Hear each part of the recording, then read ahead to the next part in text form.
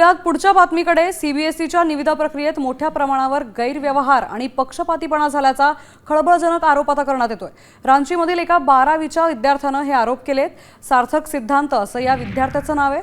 तर त्याने एका ब्लॉगद्वारे सीबीएसईच्या रिक्वेस्ट फॉर प्रपोजल मधील 15 गंभीर विसंगती उघडकीस आणल्यात। एका विशिष्ट कंपनीला फायदा पोहोचवण्यासाठी निविदेतील अटींमध्ये जाणीवपूर्वक फेरबदल करण्यात आल्याचा संशय त्यांनी व्यक्त केलाय।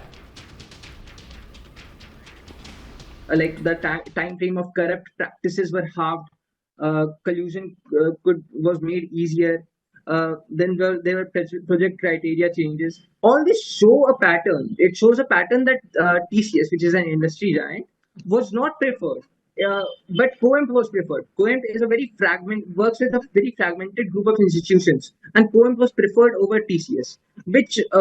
And all of this shows that CBSE, all of this points to the fact that CBSE rewrote the rules to favor Coemp Edutech. काळ्या यादीतील कंपन्यांना सूट का?